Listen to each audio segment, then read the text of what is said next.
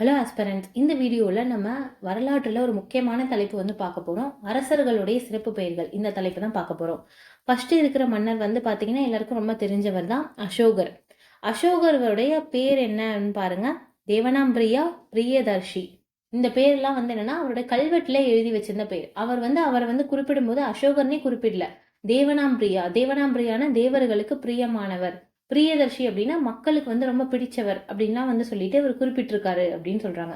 ரொம்ப காலம் பாத்தீங்கன்னா தேவனாம்பிரியா பிரியதர்ஷி இந்த பேரெல்லாம் பார்த்துட்டு அது அசோகர்னே நம்மளுக்கு தெரியல. ஒரு கல்வெட்டுல தான் பாத்தீங்கன்னா அசோகர்னு குறிப்பிட்டிருக்காங்க. அதனாலதான் நம்மளுக்கு தெரிஞ்சது அசோகரோட கல்வெட்டு தான் இது அப்படின்னு சொல்லிட்டு. அது வரைக்கும் அசோகர் இவ்வளவு பெரிய ராஜ்யத்தை ஆண்டார் அப்படின்னு நம்ம யாருக்கும் தெரியல. ஏன்னா அவர் வெறும் தேவனாம்பிரியா பிரியதர்ஷி இந்த பேர்ல தான் பயன்படுத்தியிருக்காரு அவரோட கல்வெட்டுல எல்லாம். பிரியதர்ஷின்னு சொல்லுவாங்க, ஆனா பிரியதசி அப்படின்னு சொல்லுவாங்க. பிரியதர்ஷிகா அப்படின்னு சொல்லுவாங்க. முதலாம் சந்திரகுப்தர் பாருங்க, முதலாம் சந்திரகுப்தர் என்னன்னா அவருடைய பட்டப்பெயர் மகாராஜாதி ராஜா அப்படின்னு சொல்றாங்க. இதுக்கு முன்னாடி இந்த குப்த மன்னர்கள்லாம் பாத்தீங்கன்னா ரொம்ப சின்ன அளவு ராஜ்யம் தான் ஆண்டிருக்காங்க. இவர் பாத்தீங்கன்னா பெரிய ராஜ்யம் ஆட்சி பண்ணியிருக்காரு. இவர் கீழே நிறைய சிற்றரசர்கள் இருந்திருக்காங்க. அதனால ராஜாக்கெல்லாம் ராஜா அப்படின்றதால மகாராஜாதி ராஜா அப்படின்னு சொல்லிட்டு பட்டப்பேரு முதலாம் சந்திரகுப்தர் வச்சுக்கிட்டாரு. அடுத்தது இருக்கிற பர்சன் பாருங்க, ரொம்ப முக்கியமான ஒரு பர்சன், சமுத்திரகுப்தர். சமுத்திரகுப்தர் குப்த வம்சத்திலே பாத்தீங்கன்னா ரொம்ப முக்கியமான ஒரு மன்னர். இவர் இவரோட இதெல்லாம் பாத்தீங்கன்னா நிறைய கல்வெட்டு எழுதியிருக்காங்க. அதுல ஒரு கல்வெட்டுல பாத்தீங்கன்னா இவர் தோல்வியே பார்த்தது இல்லை அப்படின்லாம் சொல்லிட்டு எழுதியிருக்காங்க. அந்த அளவு என்னன்னா ஒரு மன்னரா இருந்திருக்காரு, சிறந்த மன்னரா இருந்திருக்காரு. இவர் இந்தியாவின் நெப்போலியன் அப்படின்னு சொல்லிட்டு சொல்றாங்க. நெப்போலியன் அப்படின்றவர் பாத்தீங்கன்னா பிரான்ஸ் நாட்டுல இருந்தவர். ஃபர்ஸ்ட் மிலிட்டரி லீடரா இருந்தாரு. அப்புறமா பிரான்ஸ் நாட்டுக்கு கிங் ஆகலாம் அப்படின்லாம் ட்ரை பண்ணியிருப்பாரு. இந்த மாதிரி ஒரு பர்சன் தான் நெப்போலியன். இவர் வாழ்ந்த காலமும் பாத்தீங்கன்னா ஒரு 200-300 வருஷத்துக்கு முன்னாடி இவர் வாழ்ந்திருப்பாரு.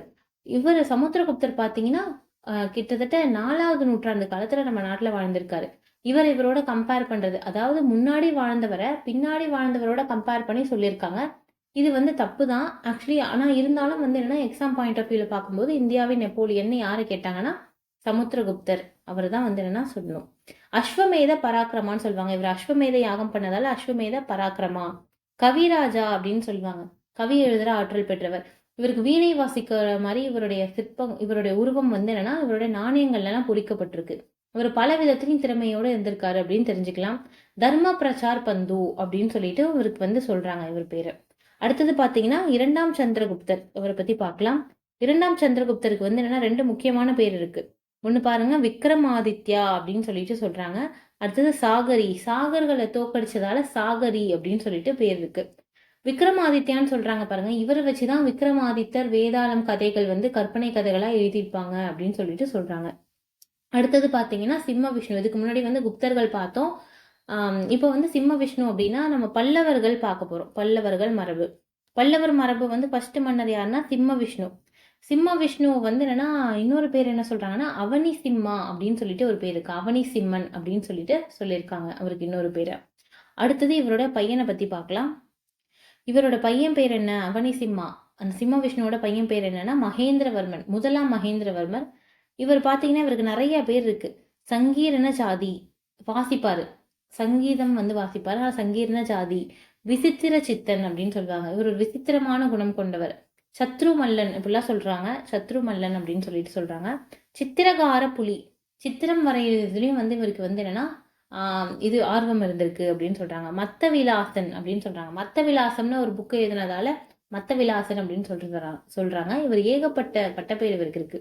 சங்கீரண ஜாதி, விசித்திர சித்தர், அப்புறம் பாத்தீங்கன்னா சத்ருமல்லன், சித்திரகார புலி, மத்த விலாசன் அப்படின்னு சொல்லிட்டு இவருக்கு ஏகப்பட்ட பேர் இருக்கு. அடுத்தது பாத்தீங்கன்னா முதலாம் நரசிம்மவர்மர். இவரோட பேர் பாருங்க மாமல்லன் அப்படின்னு சொல்றாங்க. மாமல்லன்னா மல்லன் அப்படின்னா நல்லா போரிடக்கூடியவங்களை தான் மல்லன் அப்படின்னு சொல்லிட்டு அந்த காலத்துல சொல்லுவாங்க.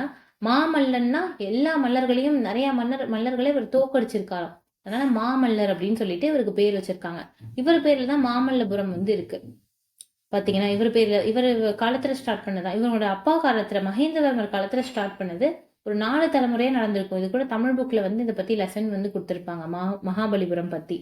வாதாபி கொண்டான் அப்படின்னு சொல்லிட்டு இவருக்கு பேர் சொல்றாங்க. இன்னொரு பேரு வாதாபி என்னன்னா பாத்தீங்கன்னா புலிகேசியோட ஊருக்கு படையெடுத்துட்டு போய் அந்த வாதாபியோட தலைநகர், அதாவது சாளுக்கியர்கள் அவங்க வழியில வந்தவர் தான் பாத்தீங்கன்னா இந்த அரசர் புலிகேசி அப்படின்றவர்.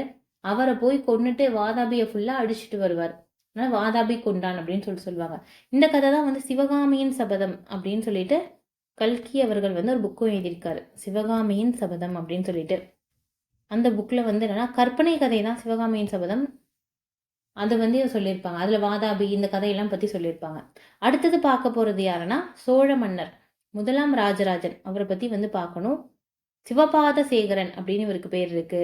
மும்முடி சோழன் இவருக்கு ஒரு பேர் இருக்கு.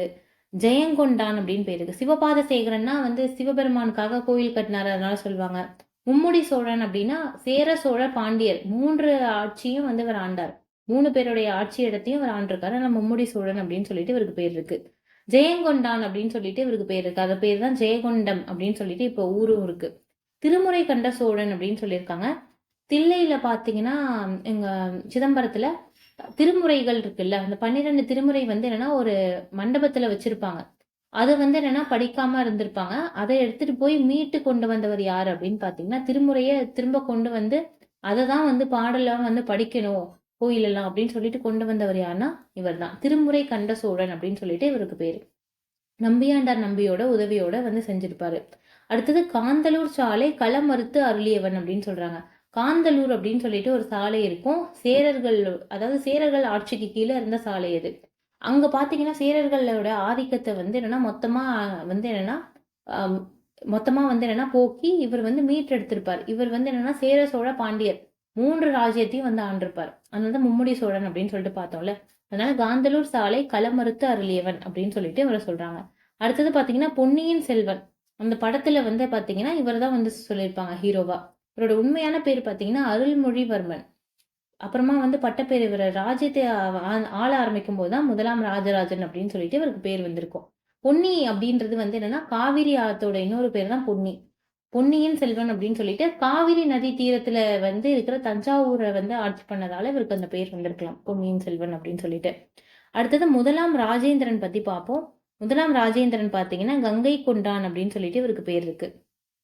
அடுத்தது பண்டித சோழன் அப்படின்னு சொல்றாங்க. கங்கை கொண்டான்னா கங்கை நதியை வந்து வடநாட்டுல இருந்து போயிட்டு அந்த மன்னர்களை தோக்கடிச்சு அங்கேருந்து கங்கை நதியை அவங்க தலை மேல சுமந்துட்டு வர வந்து என்னன்னா சுமந்துட்டு வர வச்சு இங்க வந்து ஒரு கோயில் கட்டியிருக்காரு. அதான் கங்கை கொண்ட சோழபுரம். அந்த கோயில்ல கூட நம்ம பார்த்திருப்போம், கங்கை தீர்த்தம்லாம் இருந்திருக்கும். பண்டித சோழன் அப்படின்னு வந்து சொல்றாங்க. இவர் வந்து நிறைய படிச்சவர், அதனால பண்டித சோழன் அப்படின்னு சொல்றாங்க. 2ஆம் குலோத்துங்கனுக்கு வந்து என்ன பேர் பாருங்க, கிருமி கண்ட சோழன் அப்படின்னு சொல்லிட்டு இவரை சொல்றாங்க. கிருமி கண்ட சோழன்னா கிருமி அப்படின்னு சொல்லிட்டு ஒரு தீவு இருக்கு. அந்த தீவை வந்து ஜெயிச்சதால இவர் பேர் வந்து கிருமி கண்ட சோழன் அப்படின்னு சொல்லிட்டு சொல்றாங்க. அடுத்தது பார்ப்போம். அலாவுதீன் கில்ஜி அடுத்தது போட்டிருக்காங்க. அலாவுதீன் கில்ஜியோட இன்னொரு பேர் என்னன்னா சிக்கந்தர் இ சஹானி அப்படின்னு சொல்லிட்டு ஒரு பேர் வச்சுக்கிட்டாரு. சிக்கந்தர் இ சஹானி அப்படின்னு சொல்லிட்டு. 2ஆம் அலெக்சாண்டர் அப்படின்னும் வந்து இவர் சொல்லிக்கிட்டாராம் அப்படின்னு சொல்றாங்க. அதை ஆக்சுவலி அலாவுதீன் கில்ஜிக்கு பாத்தீங்கன்னா அந்த உலகத்தை ஃபுல்லா பிடிச்சு ஆட்சி பண்ணணும் அப்படின்னு அலெக்சாண்டர் மாதிரியே ஒரு பெரிய லட்சியம் இருந்துச்சு. ஆனா அவரால் அவருடைய வாழ்நாள்ல பிடிக்க முடியல. ஆக்சுவலி இந்தியா ஃபுல்லாவே அவரால் பிடிக்க முடியல. இந்தியாவுக்குவே வந்து என்னன்னா தென்னிந்தியாவில வந்து ஜெயிச்சிருப்பாரே தவிர அவரோட ராஜ்யத்தோட அவர் சேர்க்கல. அப்புறமா வந்து என்னன்னா அவர் இறந்துருவாரு. அதுக்கப்புறமா வந்து என்னன்னா கில்ஜி மரபே முடிஞ்சிடும். இதெல்லாம் நம்ம ஹிஸ்டரியில படிச்சிருப்போம். இவர் வந்து சிக்கந்தர் இ சஹானி அப்படின்னு சொல்லிட்டு அவருக்கு பட்டம் வச்சுக்கிட்டாரு. 2ஆம் அலெக்சாண்டர் அப்படின்னு சொல்லிட்டு இதுக்கு வந்து பேரு. அடுத்தது பாத்தீங்கன்னா கிருஷ்ணதேவராயர். கிருஷ்ணதேவராயருக்கும் நிறைய பேர் இருக்கு பாருங்க. யவனராஜ்ய ஸ்தாபனாச்சியா அப்படின்னு சொல்லிட்டு அவருக்கு பேர் இருக்கு. கொஞ்சம் பேர் வித்தியாசமா தான் இருக்கும். யவனராஜ்ய ஸ்தாபனாச்சியா அப்படின்னு சொல்றாங்க. அடுத்தது அபினவ போஜர் அப்படின்னு சொல்றாங்க. ஆந்திர பிதாமகா அப்படின்னு வந்து சொல்லுவாங்க. ஆந்திர பிதாமகர், ஆந்திர போஜர் அப்படின்னு சொல்லிட்டு சொல்லுவாங்க. நிறைய பேர் இருக்கு இவருக்கும் கிருஷ்ணதேவராயருக்கு. யவனராஜ்ய ஸ்தாபனாச்சியா, அபினவ போஜர், ஆந்திர போஜர், ஆந்திர பிதாமகர் அப்படின்னு சொல்லிட்டு நிறைய பேர் இருக்கு. அடுத்தது பாத்தீங்கன்னா சிவாஜி. இவருக்கு வந்து சத்ரபதி, இவரோட மெயின் பேர் நம்மளுக்கு தெரியும், சத்ரபதி சிவாஜி அப்படின்னு சொல்லிட்டு நம்ம சொல்லுவோம். அடுத்தது பாத்தீங்கன்னா குத்புதீன் ஐபக். குத்புதீன் ஐபக்கு பாத்தீங்கன்னா லாக் பக்ஷ் அப்படின்னு சொல்லிட்டு ஒரு முக்கியமான பேர் இருக்கு. ஒரு லட்சமா அள்ளி தருவாராம். மக்கள் வந்து என்னன்னா யாராவது வந்து கேட்டா லட்சமா அள்ளி தரதால லாக் பக்ஷ் அப்படின்னு சொல்லிட்டு பேர் இருக்கு. அடுத்தது பாத்தீங்கன்னா ஒரு முக்கியமான மன்னர் அவுரங்கசீப். அவுரங்கசீப்புக்கு இருக்கிற பேர் பாருங்க ஆலம்கீர் அப்படின்னு சொல்லிட்டு சொல்லுவாங்க. ஆலம்கீர், ஜிந்தாபீர் அப்படின்னு சொல்லிட்டு சொல்றாங்க. ஜிந்தாபீர்னா வந்து என்னன்னா முற்றும் துறந்த முனிவர் மாதிரி அவர் கொஞ்சம் எளிமையா தான் இருப்பார் அவுரங்கசீப் அப்படின்றவர். ஷாஜஹான் வந்து ரொம்ப ஆடம்பரமா இருக்கணும்னு ஆசைப்படுவாரு. அவுரங்கசீப் அப்படியே ஆப்போசிட்டா இருப்பார் அவரோட பையன். அவுரங்கசீப். ஜிந்தாபீர் அப்படின்னே வந்து சொல்லுவாங்க. வாழ்ற துறவி அப்படின்னு சொல்லிட்டு அவருக்கு வந்து பேர் வச்சிருக்காங்க. அடுத்தது பார்த்தீங்கன்னா பிம்பிசாரர். இவரெல்லாம் வந்து ரொம்ப பழைய காலத்துல இருந்த மன்னர். பிம்பிசாரர் அப்படின்றவரு மகத சாம்ராஜ்யம் மகத சாம்ராஜ்யம்னா மௌரியர் ஆள்றதுக்கு முன்னாடியே ஒருத்தர் ஆண்டிருப்பாரு. அவர் தான் பிம்பிசாரர். இவர் பார்த்தீங்கன்னா சேனியா அப்படின்னு சொல்லிட்டு சொல்றாங்க. ஏன்னா இவர்கிட்ட வந்து என்னன்னா ஃபர்ஸ்ட் சேனையை உருவாக்குனவர் இவர் தான். அதுக்கு முன்னாடி வரைக்கும் மன்னர்கள் இருப்பாங்க. எப்படி இருப்பாங்க அப்படின்னு பார்த்தீங்கன்னா, இப்போ ஒரு போர் அப்படின்னா ஒரு மன்னருக்கும் இன்னொரு மன்னருக்கும் போர்னா பொதுமக்களை கூட்டிட்டு போய் தான் இவங்க நாட்டு மக்களை கூட்டிட்டு போய் அவர் போர் செய்வார். இவங்க நாட்டு மக்களை கூட்டிட்டு வந்து இவர் போர் செய்வார். அப்படிதான் இருந்துச்சு. இவர் காலத்துல தான் பார்த்தீங்கன்னா சேனைன்னு ஒண்ணு வேணும். அவங்களுக்கு வந்து பிராக்டிஸ் குடுத்து வச்சிருக்கணும். அப்பதான் வந்து அவங்க நல்லா வந்து செயல்படுவாங்க அப்படின்லாம் வந்து என்னன்னா ஆரம்பிச்சாங்க. பிம்பிசாரர் காலத்துல. ரொம்ப பழைய காலத்து மன்னர். அதாவது கிமு அந்த காலத்துல வந்து ஆட்சி பண்ண மன்னர் தான் பிம்பிசாரர். பிந்துசாரர் யாருன்னா அசோகரோட அப்பா. அசோகரோட அப்பா தான் இந்த பிந்துசாரர். இவருக்கு வந்து பேரு பாருங்க அமித்ர கதா அப்படின்னு சொல்லிட்டு சொல்றாங்க இவரோட பேரு. அதாவது என்னன்னா சேனைகள் எல்லாம் வந்து என்னன்னா அவ்வளோ கொல்றுவாராம் ஈஸியா. அதனால அமித்ர கதா அப்படின்னு சொல்லிட்டு அவங்க பாஷையில அவங்க வச்சிருக்காங்க. அமித்ர கதா அப்படின்னு சொல்லிட்டு பிந்துசாரருக்கு பேர் வச்சிருக்காங்க. அடுத்தது இரண்டாம் புலிகேசி. இரண்டாம் புலிகேசிக்கு என்ன பேர் வச்சிருக்காங்க பாருங்க, பரமேஸ்வரா அப்படின்னு சொல்லிட்டு ஒரு பேர் வச்சிருக்காரு. இரண்டாம் புலிகேசினா மாமல்லர் இங்கிருந்து போய் போர் அங்க வந்து போர் செய்யறதுக்கு அங்க போயிட்டு சாளுக்கியர்களை போய் ஜெயிச்சிருப்பாருன்னு நம்ம பார்த்தோம்ல, அவர் தான் இவர். இரண்டாம் புலிகேசி பரமேஸ்வரா அப்படின்னு சொல்லிட்டு இவருக்கு ஒரு பட்டப்பேர் இருக்கு. இன்னொரு பட்டப்பேரும் இவருக்கு இருக்கு. இவருக்கு இருக்கிற இன்னொரு பட்டப்பேர் பார்த்தீங்கன்னா புலிகேசி. இரண்டாம் புலிகேசி, அதாவது புலிகேசி 2. இவருக்கு பார்த்தீங்கன்னா இன்னொரு பட்டப்பேர் இருக்கு. என்னன்னா தக்ஷண பாதேஸ்வரா அப்படின்னு சொல்றாங்க.